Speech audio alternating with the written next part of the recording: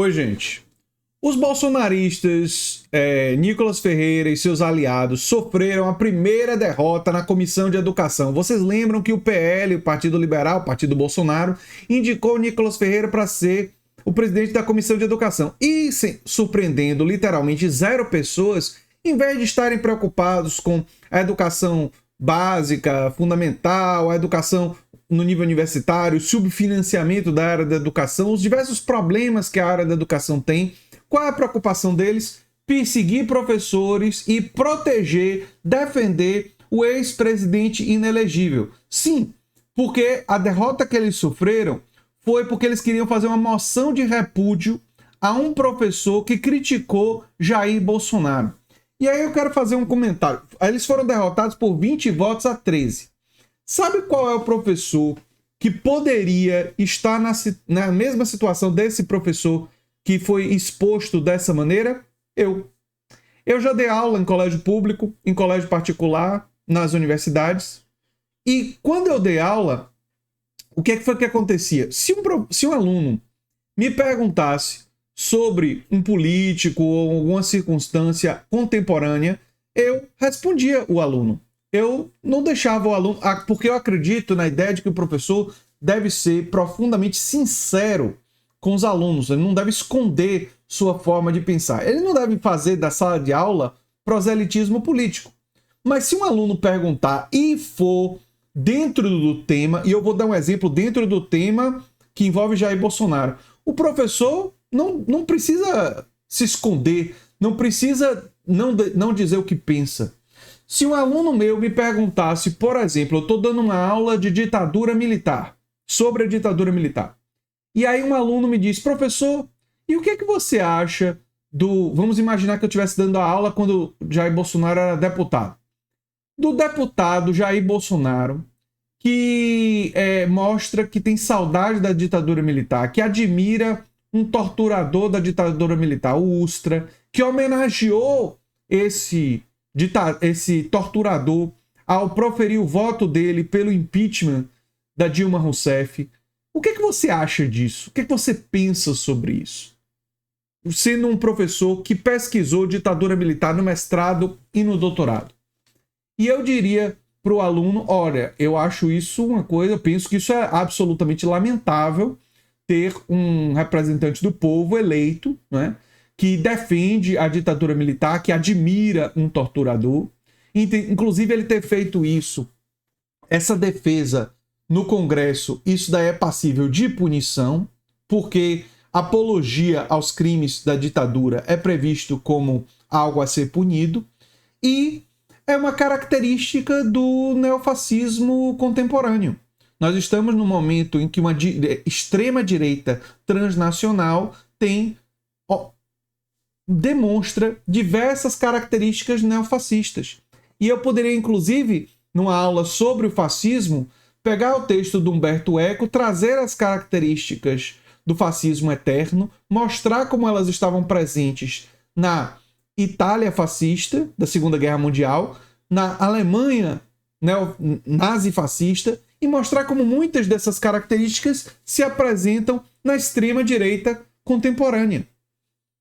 Seria totalmente dentro do assunto e teria comentários extremamente duros e críticos para com Jair Bolsonaro e seus aliados. Mas se eu fizesse isso nos tempos de hoje, provavelmente teria um aluno, filho de uma família de extrema-direita, que ia gravar essa minha aula com celular e exibir nas redes sociais, e aí teria o Nicolas Ferreira e os bolsonaristas tentando fazer moção de repúdio contra mim. Inclusive, o Gustavo Gayer expôs o nome do professor, e a reportagem do Correio Brasiliense, porque isso virou público, coloca, e as reportagens colocam o nome. Eu não vou colocar o nome do professor aqui no vídeo. Não vou dizer o nome dele. Mas eu não tenho mais como proteger o professor, porque a verdade é que isso já está difundido. E o que vai acontecer com esse professor? Provavelmente vai ser perseguido pelas famílias de bolsonaristas, especialmente no interior de Santa Catarina, onde deve ter muito bolsonarista, né? Enfim, por 20 votos a 13, os governistas o governo Lula derrubou a proposta de moção de repúdio contra um professor no interior de Santa Catarina, né? O presidente da comissão, Nicolas Ferreira, e aliados bolsonaristas sofreram a primeira derrota nesse colegiado. A base do governo derrotou uma proposta de demoção de repúdio contra um professor de educação básica da cidade. Eu não vou nem dizer a cidade. E aqui é o Gustavo. Isso daqui foi movido pelo Gustavo Gayer, né? Por 20 votos a 13, os governistas determinaram a primeira derrota dos aliados na comissão, né? O que é que o professor teria dito? Ele teria se referido a Bolsonaro como nazista e ladrão. Vamos lá. E aí o povo disse o seguinte, né? O Gustavo Gaia disse que é inadmissível que um educador cuja função primordial é fornecer uma educação imparcial e crítica utilize sua posição para propagar opiniões políticas partidárias de forma unilateral e desrespeitosa. Vamos por partes aqui no que falou o Gustavo Gaia, porque ele mostra ignorância, inclusive, sobre educação nessa fala. O professor chamou Bolsonaro, segundo ele, de nazista e ladrão. Vamos à primeira coisa de nazista. Bolsonaro demonstra simpatia, já demonstrou simpatia por Hitler. É verdade. O próprio Bolsonaro já falou sobre isso. O Bolsonaro demonstra diversas características do fascismo, do neofascismo, né? O militarismo, o autoritarismo, a hostilidade com comportamentos sexuais que ele entende equivocados, não é? Toda a hostilidade do Bolsonaro com homoafetividade, por exemplo, não é? O machismo extremo é típico do neofascismo. Todas essas características são características fascistoides. Ora, o que foi o nazismo? O nazismo foi uma forma de fascismo. Então, não há nenhum problema. Chamar de ladrão, existem várias evidências que Bolsonaro enriqueceu através de... Isso tem um livro sobre isso. O Negócio do Seu Jair, da Juliana Dalpiva, que ele enriqueceu através de rachadinha, que envolve roubo do patrimônio público através de funcionários fantasmas. Não foi só aval do Açaí, o Bolsonaro tem um verdadeiro esquema de funcionários fantasmas, esquema de roubar dinheiro de gasolina e tudo mais. Tem o roubo das joias, que eram que são, né, patrimônio público, e que Bolsonaro tentou se apropriar disso. Então, o professor ter sugerido que ele é nazista e ladrão, não vejo nada demais. Agora, sobre ele ter dito aqui uma educação imparcial e crítica, uma educação que é crítica não pode ser imparcial. Não existe imparcialidade. Eu já fiz vídeos aqui no canal sobre isso, não é? Toda educação... Por exemplo, como é que você vai ser imparcial dando aula sobre a ditadura militar? Ou você acha que a ditadura militar e torturas é uma coisa condenável, absurda, ou você passa pano para isso. Se você descrever que aconteceu simplesmente, você não está sendo crítico. Aliás, a historiografia sobre a ditadura militar, ou seja, a produção histórica de historiadores, eles não apenas descrevem, mas eles analisam a motivação, analisam as estratégias, analisam os objetivos, e essa análise contém juízos, contém elementos de análise que indicam se aqueles que estavam analisando concordavam, achavam isso bom ou achavam isso ruim.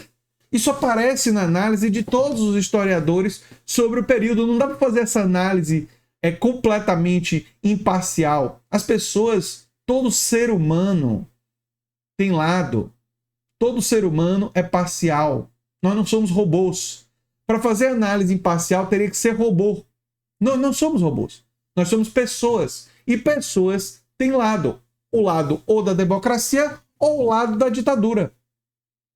Esse exemplo é muito bom, porque ajuda a compreender isso. Enfim. Enquanto dizer que é desrespeitosa, né? Foi desrespeitosa. Vocês sentiram, né? Vocês sentiram porque atingiu o mito de vocês. E aí vocês resolveram sair em defesa dele, né? Aparentemente o inelegível não aguenta a crítica de um professor.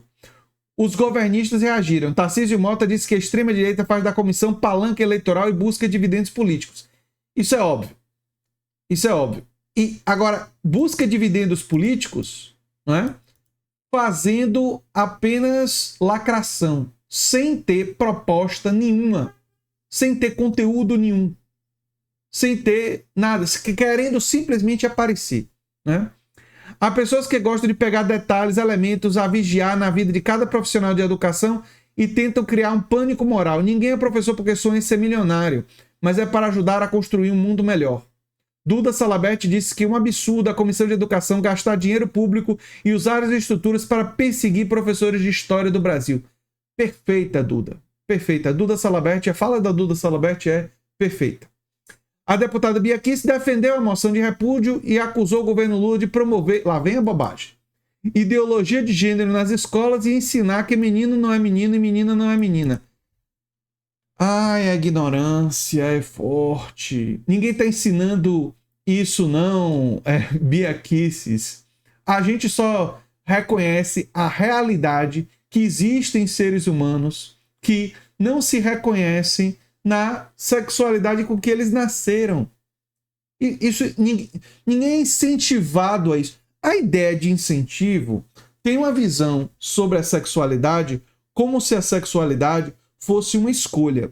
Eu não sei vocês, mas eu não escolhi ser heterossexual. Esse pessoal que acha que sexualidade é escolha, isso soa extremamente estranho para mim. É como se eles achassem que a sexualidade deles fosse fluida, fosse eles pudessem mudar assim a qualquer momento com a maior facilidade, não é? Eu me lembro ainda criança tendo a clareza da minha sexualidade e já conversei com pessoas homoafetivas e elas me dizem que para elas é a mesma coisa, que a sexualidade é uma coisa que você sente ser, né? Que você tem essa percepção sobre você mesmo, né? E, enfim. Mas é lamentável que a extrema-direita gaste dinheiro público com isso. Felizmente, foram derrotados. E mais derrotas virão, provavelmente porque com esses assuntos ridículos, não é? De perseguição de professores, eles tendem a ser derrotados.